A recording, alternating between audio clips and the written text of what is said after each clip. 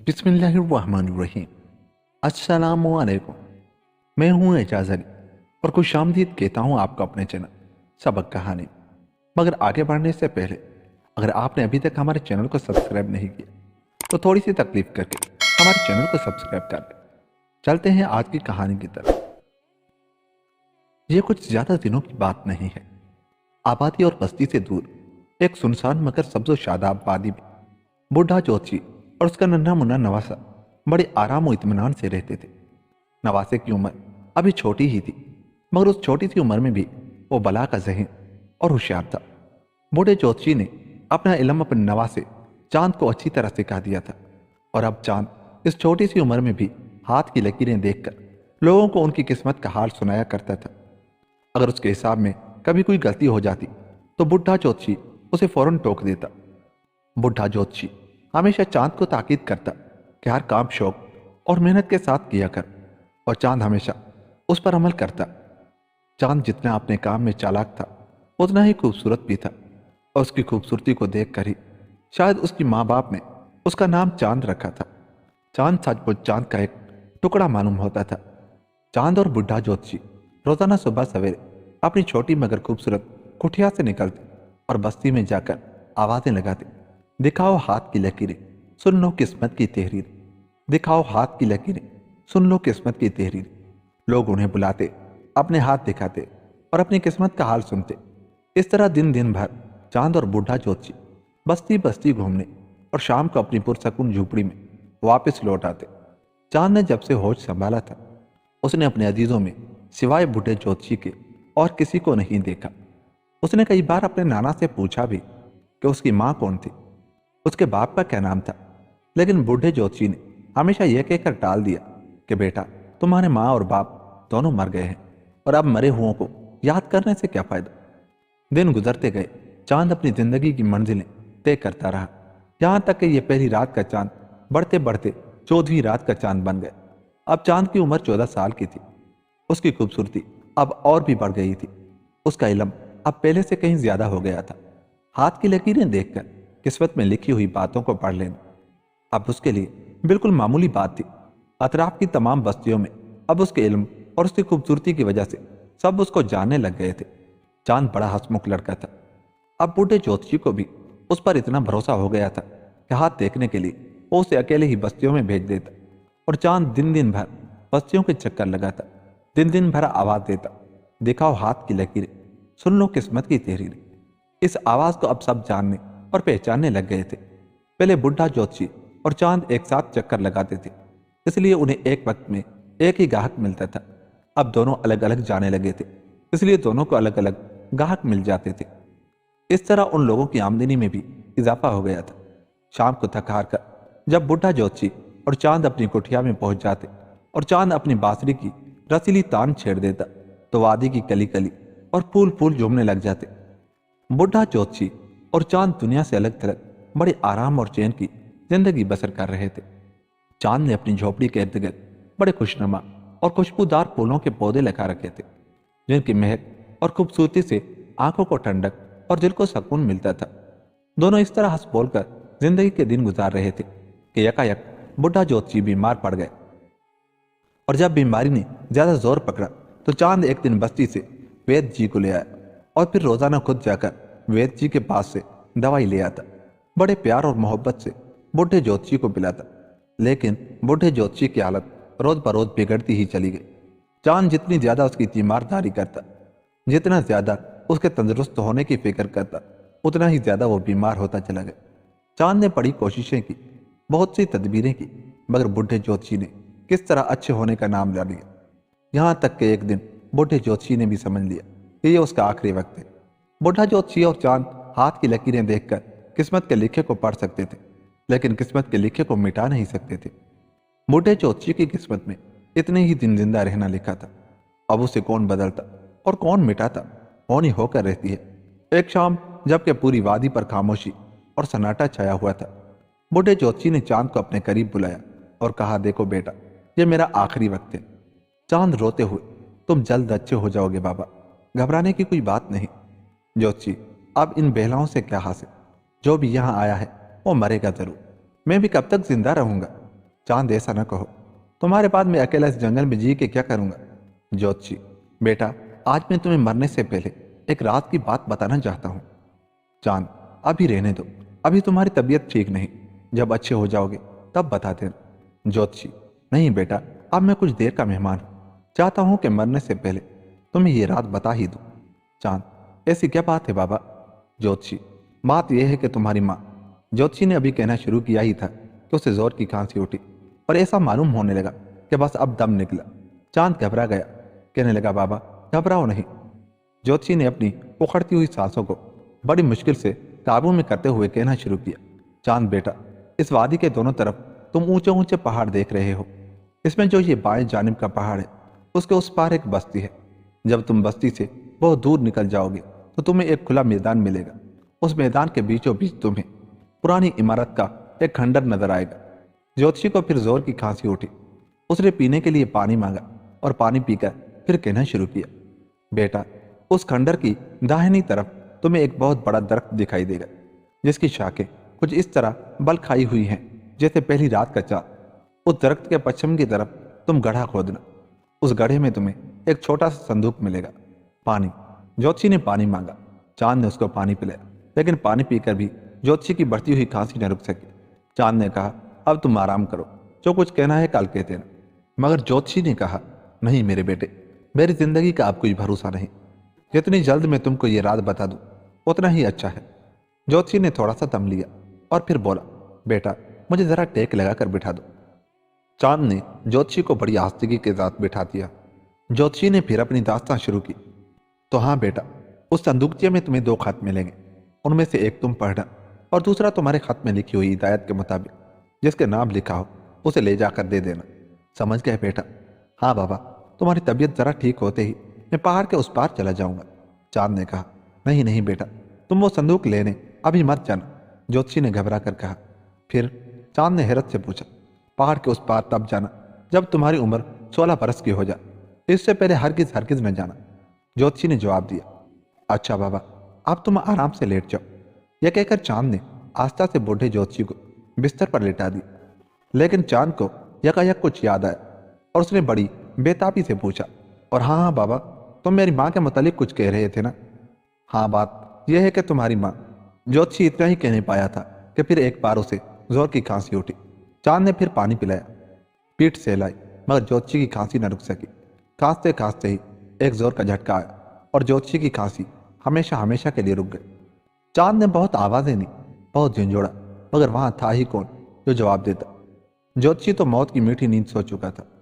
बुढ़े ज्योतिषी के मरने के बाद अब उस जंगल में ही नहीं बल्कि चांद को ऐसा मालूम हो रहा था जैसे वो इस दुनिया में तन्हा रह गया है। उसकी कोई माँ नहीं, बाप नहीं, भाई नहीं, बहन नहीं, कोई नहीं। गरीब अकेला अपनी झोपड़ी में पड़ा रहता था। अब उसे वो रंग बरंगी फूल भी अच्छे न लगते जो उसने अपनी झोपड़ी के इर्द गिर्द लगा रखे थे। किस्म किस्म के परिंदों की मीठी बोलियां भी उसका दिल नहीं बहला सकती थी। वो सुबह बस्ती की तरफ निकल जाता और शाम को वापस घर लौट आता। इस तन्हाई में एक उसकी बंसरी थी जो उसका गम गलत करती थी। होते होते 2 साल बीत गए। अब उसकी उम्र 16 साल की थी। एक दिन उसके दिल में आई कि चलो, ज्योतिषी नाना ने कहा था कि जब 16 साल की उम्र हो जाएगी तो इस बाईं जानिब वाले पहाड़ के उस पार चले जाना और बस्ती से दूर जाकर जमीन में दफन किए हुए कागजात हासिल करना और उनमें लिखी हुई बातों पर अमल करना। वो सोचने लगा, आखिर उन कागजात में क्या होगा। फिर उसे ख्याल आया, हो सकता है उसमें मेरी माँ का कुछ हाल लिखा हो। और इस ख्याल के आते ही उसे बहुत दुख हुआ कि बरसों के बाद ज्योतिषी नाना ने उसकी माँ के बारे में कुछ कहने के लिए जुबान खोली थी कि मौत ने उसकी जुबान को हमेशा के लिए मुंह में बंद कर दी। ये सब बातें सोचकर वो बेहद परेशान हुआ। आखिर उसने तय कर लिया कि किसी तरह पहाड़ के उस पार जाकर रहूंगा। दूसरी सुबह अंधेरे ही अंधेरे उसने बाईं जानिब की पहाड़ की चढ़ाई शुरू कर दी। उसने अपनी जिंदगी के 16 बरस उसी पहाड़ के दामन में गुजारे थे, लेकिन इस ऊंचे और आसमान से बातें करने वाले पहाड़ पर चढ़ने का इत्तेफाक उसे आज से पहले कभी नहीं हुआ था। चढ़ाई बड़ी कठिन थी, मगर उसने हिम्मत न हारी। वो चढ़ता चला गया, बढ़ता चला गया, यहां तक कि वो पहाड़ की चोटी पर पहुंच गया। अब उसने जरा दम लिया और पहाड़ के उस पार एक नजर डाली। क्या देखता है कि वहां भी दूर दूर फासले पर कुछ बस्तियों के निशान पाए जाते हैं। वो फिर एक बार हिम्मत करके उस पार उतरता चला गया। पहाड़ से थोड़ी ही दूर जाने पर उसे एक बस्ती मिली और उसे बड़ी हैरत हुई जब उसने देखा کہ اس मामूली सी बस्ती में गैर मामूली तौर पर एक नहायत आलीशान महल खड़ा है। महल की खूबसूरती और चमक दमक देखकर वो हैरान रह गया। उसके जी में आई कि मैं किस तरह इस महल और महल के रहने वालों को देखूं, मगर अंदर जाए तो कैसे जाए। दरवाजे पर तमाम पहरेदार बैठे थे। बहुत कुछ सोचने के बाद उसके जहन में एक तरकीब आई और बस उसने आवाज लगानी शुरू की, दिखाओ हाथ की लकीरें, सुन लो किस्मत की तहरीरें। दिखाओ हाथ की लकीरें, सुन लो किस्मत की तहरीरें। वो आवाजें लगाता रहा और महल के इर्द गिर्द घूमता रहा। आखिर एक पहरेदार ने उसे आवाज दी और पूछा, क्या बेचते हो तो? मैं हाथ की लकीरें देखता हूँ और किस्मत की तहरीरें पढ़ता हूँ, चांद ने जवाब दिया। पहरेदार ने पूछा, ज्योतिषी हो? हाँ, चांद ने जवाब दिया। पहरेदार अभी कुछ और कहना ही चाहता था कि महल के अंदर से एक नहायत बारीक और रसीली आवाज आई, पहरेदार जी, इन्हें अंदर भेज दो। और पहरेदार ने चांद को अंदर जाने के लिए रास्ता दे दिया। चांद तो यही चाहता था। वो महल की चमकती जमीन, साफ और उजली छत, दरवाजों और दरवाजों पर लटकी हुई रंगीन झालरों और नक्शो निगार से आरास्ता की हुई दीवारों को देखता भालता, कदम कदम पर कुछ सोचता और हैरत व ताज्जुब में डूबा हुआ महल के अंदर चला जा रहा था। एक दरवाजे से दूसरे में और दूसरे से तीसरे में चलते चलते वो आखिर एक बहुत ही खुशनुमा कमरे में पहुंचा। उसे ज्यादा हैरत इस बात की थी कि इतने बड़े और इतने आलीशान महल में कोई आदमी नजर नहीं आ रहा था। पर जैसे ही उसने खुशनुमा कमरे में कदम रखा, फिर वही रसीली आवाज आई, ठहरो। चांद ठहर गया, चारों तरफ घूम फिर कर देखा, मगर आवाज देने वाले की सूरत कहीं नजर नहीं आई। फिर हुक्म हुआ, बैठ जाओ। और चांद एक बेजान मूर्ति की तरह पास पड़े हुए सोफे पर डरते डरते बैठ गए। तुम हाथ की लकीरें देखकर किस्मत की तहरीरें पढ़ते हो? आवाज आई। चांद ने जवाब दिया, जी। तुम्हारी बताई हुई आम बातें सही होती हैं? जी, चांद ने जवाब दिया। और अगर सही ना हो तो क्या? तो तुम्हें क्या सजा दी जाए? आवाज ने पूछा। जो आप मुनासिब समझे, चांद ने जवाब दिया। मंजूर है, हाथ देखने के लिए तैयार हो जाओ। मगर अब चांद की हिम्मत कुछ बढ़ गई थी। उसने कहा, एक बात पूछूं? पूछो, आवाज आई। मेरी बताई हुई बातें सही निकली तो क्या? तो मुझे क्या इनाम मिलेगा? जो तुम चाहो, आवाज ने कहा। मंजूर है, दिखाइए हाथ। उसके बाद कमरे में थोड़ी देर खामोशी छाई रही। चांद हैरत के साथ यहाँ वहां देख रहा था कि दाईं तरफ के दरवाजे का रेशमी पर्दा उठा और एक लड़की, बड़ी हसीन, बड़ी खूबसूरत, परियों की शहजादी जैसी, आहिस्ता आहिस्ता बढ़ी और चांद के करीब आकर रुक गई। लड़की ने अपना हाथ चांद की तरफ बढ़ाकर कहा, लो देखो हाथ। चांद ने हाथ की लकीरों को अच्छी तरह देखा भाला और कहा, फिलहाल मैं सिर्फ दो बातें आपको बताता हूँ। क्या? लड़की ने पूछा। एक बात कि ये तुम्हारी शादी इसी महीने में हो जाएगी। लड़की मुस्कुराई और पूछा, दूसरी बात यह कि तुम्हारी शादी एक गरीब से होगी। लड़की फिर मुस्कुराई और बोली, तुम्हारी एक बात सही है, एक गलत। वो किस तरह? चांद ने पूछा। मेरी मंगनी हो चुकी है और इसी महीने में शादी होने वाली है, और जिसके साथ शादी हो रही है वो एक बहुत बड़ा अमीर और दौलतमंद लड़का है। सुना है उसका महल हमसे भी ज्यादा शानदार है। इसलिए तुम्हारी एक बात सही निकली और एक गलत, लड़की ने जवाब दिया। चांद की बताई हुई बात कभी गलत नहीं होती, चांद ने कहा। तुम्हारा नाम चांद है? लड़की ने पूछा। चांद ने जवाब दिया, जी। और आपका? सितारा। नाम सुनकर चांद भी मुस्कुराए बगैर न रह सका। तुम्हें यकीन है कि तुम्हारी दूसरी बात भी सही है? सितारा ने पूछा। बिल्कुल, चांद ने जवाब दिया। उसके बाद चांद उठा और जाने लगा। सितारा ने कहा, चांद तुम्हारी एक बात सही निकली, उसका इनाम तो लेते जाओ। पर चांद ने जवाब दिया, अब मैं अपनी दोनों बातों का इनाम साथ में ले लूंगा। यह कहकर चांद महल से निकल गया। चांद गिरता पड़ता अपनी मंजिल की तरफ रवाना हो गया। रास्ता दूर, अकेला लड़का, रात और दिन का सफर, जंगल का सन्नाटा, फूका आलम, और कोई होता तो घबरा कर हिम्मत हार जाता। लेकिन उसे तो शौक और मेहनत की आदत बचपन ही से पड़ गई थी, और जब शौक और मेहनत इकट्ठे होते हैं तो हिम्मत खुद ब खुद पैदा हो जाती है। ऐसी सूरत में वो कैसे हिम्मत हारता और किस तरह मेहनत से जी चुराता। वो चलता गया, बढ़ता गया, चलता गया, यहाँ तक कि बूढ़े ज्योतिषी की बताई हुई जगह उसकी नजरों के सामने आ गई। वही खुला मैदान, खुले मैदान के बीचों बीच वही किसी पुरानी इमारत का खंडर की तरफ वही बड़ा सा दरख्त, जिसकी शाखें इस तरह बल खाई हुई थी जैसे पहली रात का चांद। गर्द के हूबहू तमाम बातें वही थी जो बूढ़े ज्योतिषी ने बताई थी। उसने इधर उधर देखा और बूढ़े ज्योतिषी की हिदायत के मुताबिक दरख्त के पश्चिम की तरफ खोदना शुरू किया। अभी उसे जमीन खोदते ज्यादा देर नहीं गुजरी थी कि अंदर एक संदूकचा नजर आया। चांद ने उसे बड़ी हिफाजत से बाहर निकाला, खोला देखा तो वाकई उसमें 2 बंद लिफाफे पड़े थे। एक पर उसका अपना नाम लिखा था और दूसरे पर किसी राय बहादुर का। इस लिफाफे की दूसरी तरफ 2-3 नाम और भी लिखे थे। उसने अपने नाम का लिफाफा चाक किए और वहीं दरख्त के साए में बैठकर खत पढ़ने लगा। लिखा था, मेरे अच्छे और प्यारे चांद, तुमने आज इस खत को उस वक्त हासिल किया है जब मैं इस दुनिया में नहीं हूं, मगर मुझे उम्मीद है कि तुम इस दुनिया में सुख और चैन की जिंदगी बसर करोगे। तुम्हारे हाथ की लकीरें भी बताती हैं कि तुम जवान होकर शहजादों जैसी जिंदगी गुजारोगे। मैं जो कुछ भी इल्म जानता था वो सब का सब मैंने तुम्हारे हवाले कर दिया। मैंने इस इल्म का हासिल करने में बड़ी तकलीफें और बहुत सी मुसीबतें उठाई हैं। दुनिया में कोई चीज़ शौक और मेहनत के बगैर हासिल नहीं होती, और मुझे ये देखकर बड़ी खुशी होती है कि तुम में अपने काम करने का शौक भी है और उसके लिए मेहनत करने की आदत भी। याद रखो, दुनिया में यही 2 चीज़ें हैं जो इंसान की ज़िंदगी को कामयाब बनाती हैं, एक शौक और दूसरा मेहनत। अब मैं तुम्हें चंद रात की बातें बताता हूँ। मैं चाहता तो उससे पहले भी तुम्हें ज़ुबानी तमाम हालात सुना देता, लेकिन तुम्हारी उम्र के 16 साल पूरे होने से पहले तुम्हें ये सब बातें बताना बेकार था, बल्कि अंदेशा था कि तुम उन्हें वक्त से पहले जानकर कहीं अपने आप को नुकसान न पहुंचा बैठो। यही वजह थी कि मैंने ये सब हालात लिखकर अपनी झोपड़ी में से इतनी दूर हिफाजत के साथ रख दी। तुमने अपनी माँ और अपने बाप के बारे में बहुत बार मुझसे सवाल किए और मैंने हर बार उसे टाल दिया। आज मैं वही राज तुम्हें बताना चाहता हूँ। तुम्हारी माँ मेरी बड़ी लाडली और इकलौती बेटी थी, बहुत नेक और बहुत खूबसूरत। तुम्हारी खूबसूरती में तुम्हारी माँ का बहुत बड़ा हिस्सा शामिल है। आज हम जिस वादी में रहते हैं उसकी दाईं जानिब जो पहाड़ है, उस पहाड़ के उस पार हम अपनी जिंदगी के दिन चैन से गुजार रहे थे कि हमारी मुलाकात एक दिन राय साहब से हुई और उसके बाद बराबर मुलाकातें होती रही, और एक दिन तुम्हारी माँ का राय साहब से ब्याह हो गया। राय साहब ने एक शर्त ये रखी कि उसकी शादी की किसी को कानो कान खबर न होने पर। यह शर्त जितनी अजीब थी उतनी ही खतरनाक भी थी, मगर तुम्हारी माँ के कहने पर मैंने ये शर्त भी मान ली। आखिर एक दिन राय साहब के 3 दोस्तों की मौजूदगी में तुम्हारी माँ की शादी राय साहब के साथ कर दी गई। उस शादी के बाद भी हम अपने घर में ही रहते थे। शादी को 2 साल गुजरे होंगे कि तुम पैदा हुए।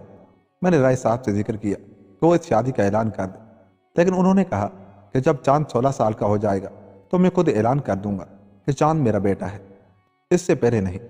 मैंने उसकी वजह पूछी, पर उन्होंने 16 साल की सिर्फ एक ही रट लगा रखी थी। मजबूरन मैं तुम्हें और तुम्हारी माँ को लेकर गांव से चल पड़ा। हमारे सफ़र की कोई मंजिल नहीं थी, हम बस चल रहे थे। तुम्हारी माँ को आस्ता आस्ता मालूम होने लगा तो उसने राय साहब की सब शर्तें कबूल करके कितनी बड़ी भूल की थी। वो इस सदमे को ज़्यादा दिन बर्दाश्त न कर सकी और इस तरह उसका रास्ते ही में इंतकाल हो गया। मैं तुम्हें लेकर बस्ती से दूर इस सुनसान वादी में चला आया और यहीं रहना शुरू किया, यहाँ तक कि आज तुम 16 साल के हो गए। मैंने हर तरह तुम्हें सुख से रखने की कोशिश की, और अब मेरा काम खत्म हो गया। अब तुम्हारा काम है, तुम फिर एक बार शौक और मेहनत से काम लो, कामयाबी जरूर तुम्हारे कदम चूमेगी। हाँ, एक बात और, तुम राय साहब से मिलकर 7 वाला लिफाफा उन्हें दे दो, और याद रखो अगर राय साहब ने तुम्हारे साथ अच्छा सलूक न किया तो तुम राय साहब के उन दोस्तों से मिल लेना जिनके नाम लिफाफे पर लिखे हुए हैं और जो उस शादी के गवाह हैं। मेरा ख्याल है मैंने सब बातें तुमको बता दी हैं। तुम्हारी माँ को इतना मौका न मिल सका कि वो तुम्हारी कुछ ज़्यादा खिदमत करती रहा मैं, तो मैंने तुम्हारी खिदमत करने में कोई गलती की है या मेरी वजह से तुम्हें कभी कोई दुख पहुंचा है तो एक मरने वाले को सच्चे दिल से माफ़ कर देना। फ़कत तुम्हारा नाना बुढ़ा जोशी। चांद उस खत को पढ़कर बहुत रोया। आज उसे उसकी माँ बहुत ही याद आ रही थी। साथ ही वो सोचने लगा कि उसके नाना उसे कितना चाहते थे और उन्होंने किस मोहब्बत से पाल पोस कर उसे बड़ा किया। इस पर भी कहते हैं, अगर मेरी वजह से तुम्हें कोई दुख पहुंचा हो तो एक मरने वाले को माफ़ कर देना। चांद खूब फूट फूट कर रोया, मगर वहाँ कोई अब नहीं था जो चांद के आंसू पोंछता, उसे तसल्ली देता और उसके सर पर मोहब्बत से हाथ फेरता। वो गरीब अकेला बैठा रोता रहा, और रोते रोते जब दिल का बोझ कुछ हल्का हुआ तो वो उठा और आहिस्ता आहिस्ता अपनी झोपड़ी का रुख करके चलने लगा। रास्ते में सितारा का वही महल नजर आया। उसका जी चाहा कि एक बार सितारा से मिल ले। ये सोचकर वो पहरेदार से मिला और उससे कहा, अंदर खबर कर दो कि चांद आया है। लेकिन पहरेदार ने जवाब दिया, अब खबर वबर करने से कुछ हासिल न होगा, जाओ अपना रास्ता लो। चांद को पहरेदार की यह हरकत बहुत बुरी मालूम हुई, मगर कर भी क्या सकता था। वो उल्टे कदम वापस लौटना चाहता था कि सितारा की आवाज़ आई, इन्हें अंदर भेज दो। पहरेदार ने उसे आवाज़ दी और अंदर जाने के लिए कहा। चांद अब महल के रास्तों से वाकिफ हो गया था। وہ سیدھا ستارہ کے کمرے کی طرف بڑھنے لگا اور ستارہ اس کے کمرے تک پہنچنے سے پہلے ہی اسے مل گئی۔ چہرہ اداس اداس، پلکیں بھیگی بھیگی۔ چاند نے تعجب کے ساتھ اس کے چہرے پر ایک نظر ڈالی اور پوچھا، کیا بات ہے؟ آپ اداس کیوں ہیں؟ افسوس سے تمہاری پہلی بات بھی صحیح نہ نکل سکی، ستارہ نے جواب دیا۔ میں آپ کا مطلب نہیں سمجھا، چاند بولا۔ جس رئیس لڑکے سے میری شادی ہو رہی تھی، کل یکایک اس کے مرنے کی خبر پہنچی ہے۔ کیا بیمار تھا وہ؟ چاند نے پوچھا۔ نہیں، اچھا خاصا تھا۔ سنا ہے گھوڑے پر سوار کہیں جا رہا تھا کہ یکایک گھوڑا بھڑک اٹھا، لڑکا اپنے آپ کو سنبھال نہ سکا اور گھوڑے سے گر کر مر گیا، ستارہ نے جواب دیا۔ بہت دکھ ہوا یہ سن کر، چاند نے کہا۔ قسمت کے لکھے کون ٹال سکتا ہے؟ ستارہ سے قسمت لکھنے کا نام سن کر چاند ایسے چونک گیا جیسے ابھی ابھی نیند سے گھبرا کر اٹھا ہو۔ اس نے جھٹ سے ستارہ کی طرف اپنے ہاتھ بڑھاتے ہوئے کہا، دیکھیں آپ کا ہاتھ۔ اب اسے دیکھ کر کیا کرو گے؟ آپ دکھا تو دیجیے، چاند نے اصرار کیا۔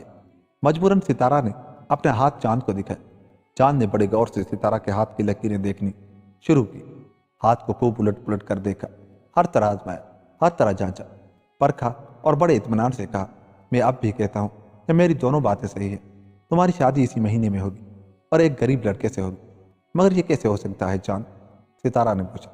کیسے ہو سکتا ہے یہ تو میں نہیں جانتا، مگر ہاں اتنا ضرور جانتا ہوں کہ ایسا ہوگا ضرور، چاند نے جواب دیا۔ ستارہ حیرت کے ساتھ اس کا منہ تکنے لگی۔ چاند نے کہا، اچھا اب میں چلتا ہوں۔ ستارہ حیرت میں ڈوبی ہوئی تھی، وہ کوئی جواب نہ دے سکی، پھٹی پھٹی آنکھوں سے چاند کو جاتا ہوا دیکھتی رہی، اور اسے تب ہوش آیا جب چاند محل سے جا چکا تھا۔ یہاں چاند جلد سے جلد اپنی جھونپڑی میں پہنچنا چاہتا تھا۔ وہ تیز تیز قدم اٹھاتا پہاڑ کی چوٹی پر چڑھنے لگا، اور اس کے شوق نے اسے بہت جلد پہاڑ کی دوسری طرف اپنی جھونپڑی تک پہنچا دیا۔ جھونپڑی میں وہ 2 ہی دن ٹھہرا تھا کہ اس کا دل بے چین ہونے لگا۔ بوڑھے جوتشی کے خط کو اس نے ان 2 دنوں میں کوئی سینکڑوں بار پڑھا ہوگا۔ اسے رہ رہ کر رائے صاحب پر غصہ آ رہا تھا، جن کی کڑی شرطوں نے اس کی ماں کی جان لی تھی۔ پھر بھی وہ چاہتا تھا کہ ایک بار اپنے باپ رائے صاحب کو دیکھے اور ان سے ملے۔ چنانچہ دوسری صبح اس نے دائیں جانب کی پہاڑی پر چڑھنا شروع کیا۔ بائیں جانب کی پہاڑ کی چڑھائی جتنی کٹھن تھی، دائیں جانب کے پہاڑ کی چڑھائی اس سے بھی کہیں زیادہ مشکل تھی، مگر اس نے ہمت نہ ہاری۔ شوق اور محنت کی عادت اس کی گوٹی میں پڑی تھی، اس لیے وہ ہر مشکل کا مقابلہ کرتا اور ہر مصیبت کو جھیلتا چڑھتا چلا گیا۔ اگر آدمی ہمت سے کام لے تو ہر کام آسان ہو جاتا ہے۔ چاند نے بھی ہمت سے کام لی۔ نتیجہ یہ ہوا کہ پہاڑ کی چڑھائی اس کے لیے آسان ہو گئی۔ ہوتے ہوتے پہاڑ کی چوٹی تک پہنچ ہی گیا اور دوسری طرف اترنا بھی شروع کیا۔ آخر ایک وقت وہ آیا کہ چاند پہاڑ کے اس پار کی زمین پر تھا۔ گاؤں کا پتہ پوچھتا رائے صاحب کو دریافت کرتا وہ چلتا رہا، بڑھتا رہا، یہاں تک کہ ایک بستی میں اسے ویسا ہی شاندار محل نظر آیا جیسا اس نے ستارہ کا دیکھا تھا۔ قریب پہنچا تو معلوم ہوا رائے صاحب یہیں رہتے ہیں۔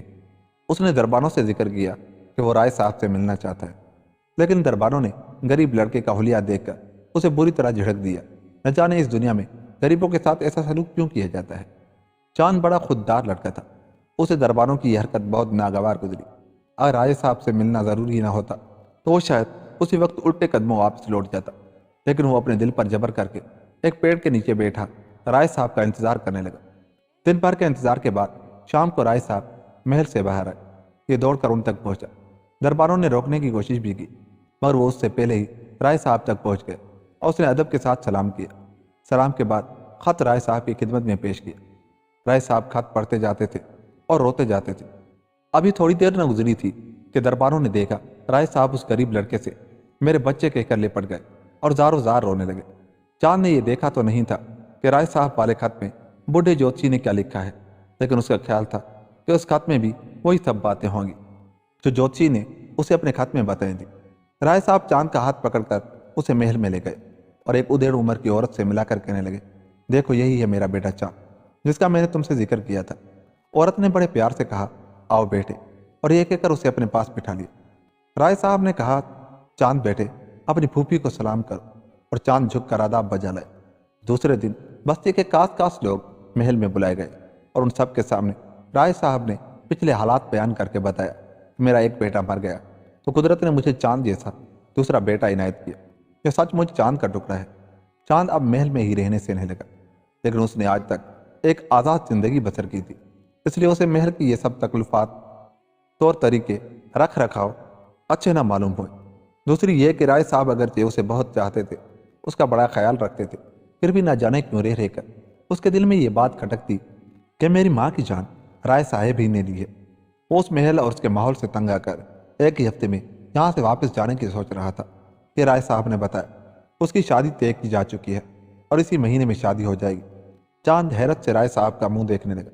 رائے صاحب نے اپنی بہن کی طرف اشارہ کیا اور پھر رات کو چاند کی پھوپھی نے بتایا کہ کس طرح چاند کے بڑے بھائی کی شادی اسی مہینے میں طے ہوئی تھی اور کس طرح انہی دنوں میں گھوڑے سواری کرتے ہوئے اس کے بھائی کا گھوڑا بھڑکا اور وہ گھوڑے سے گر کر مر گیا۔ پھوپھی نے بتایا کہ آج اس لڑکے کی ماں بھی زندہ نہ رہی۔ چاند یہ سب باتیں سنتا جاتا اور اس کے ساتھ ساتھ اس کی حیرت بڑھتی جا رہی تھی۔ اس کو آہستہ آہستہ وہ سب باتیں یاد آنے لگی جو پرانے کھنڈر سے خط لے کر واپس لوٹتے وقت ستارہ سے ہوئی تھی۔ اس کو یاد آیا کہ ستارہ نے بھی اپنے منگتر کی موت کا حال بالکل اسی طرح سنایا تھا جس طرح پھوپھی بیان کر رہی تھی۔ اس نے گھبرا کر پھوپھی سے پوچھا، دلہن کا نام کیا ہے؟ پھوپھی نے کہا، دلہن جیسی خوبصورت ہے ویسا ہی اس کا نام بھی خوبصورت ہے، اس کا نام ہے ستارہ۔ چاند اور ستارہ کی یہ جوڑی بھی خوب رہے گی۔ اس کے بعد پھوپھی نے بتایا کہ رائے صاحب نے وہاں خلا بھیجا ہے کہ میرے ایک لڑکے کا تو انتقال ہو گیا مگر میں اپنے دوسرے لڑکے کی شادی ستارہ سے کروں گا اور اسی تاریخ کو کروں گا جو تاریخ شادی کے لیے پہلے سے مقرر کی گئی ہے۔ اس طرح چاند کی شادی ستارہ کے ساتھ ہو گئی۔ ستارہ دلہن بنی بیٹھی تھی، سر جھکا ہوا، ہونٹ بند، آنکھیں بند۔ چاند کو شرارت سوجی۔ اس نے آستہ سے کہا، دکھاؤ ہاتھ کی لکیریں، سن لو قسمت کی تحریر۔ یہ آواز سنتے ہی دلہن نے پٹ سے آنکھیں کھول دی، بالکل ایسے جیسے آنکھیں موندنے اور کھولنے والی خوبصورت چینی کی گڑیا کھٹاک سے آنکھیں کھول دیتی ہے۔ دیکھا تو سامنے چاند کھڑا مسکرا رہا تھا۔ ستارہ نے تعجب کے ساتھ کہا، چاند تم؟ چاند نے جھک کر ادب کے ساتھ کہا، جی حضور، اب تو یقین آیا کہ میری دونوں باتیں صحیح تھی۔ ستارہ نے سر ہلا کر آستہ سے کہا، تو پھر لاؤ میرا انعام۔ ستارہ نے اپنے آپ کو چاند کے قدموں میں ڈال دی اور کہا، یہ ہے آپ کا انعام، اور بھی کچھ مانگنا ہو تو مانگ لیجیے۔ چاند نے خوش ہو کر ہنستے ہوئے کہا، نہیں، اس انوکھے انعام کے بعد اب مجھے کچھ نہیں چاہیے، کچھ نہیں چاہیے۔ یہ تھا چاند کے شوق اور محنت سے کام کرنے کا پھل۔ اور یوں یہ کہانی ختم ہوئی۔ دوستو، اگر آپ کو ہماری یہ کہانی اچھی لگی تو جاتے ہوئے ہمارے چینل کو سبسکرائب کر لیں اور ہماری ویڈیو کو لائک اور شیئر ضرور کریں۔ ملتے ہیں کسی ایسی ہی کہانی کے ساتھ، تب تک اپنا بہت سا خیال رکھیے گا۔ اللہ نگہبان۔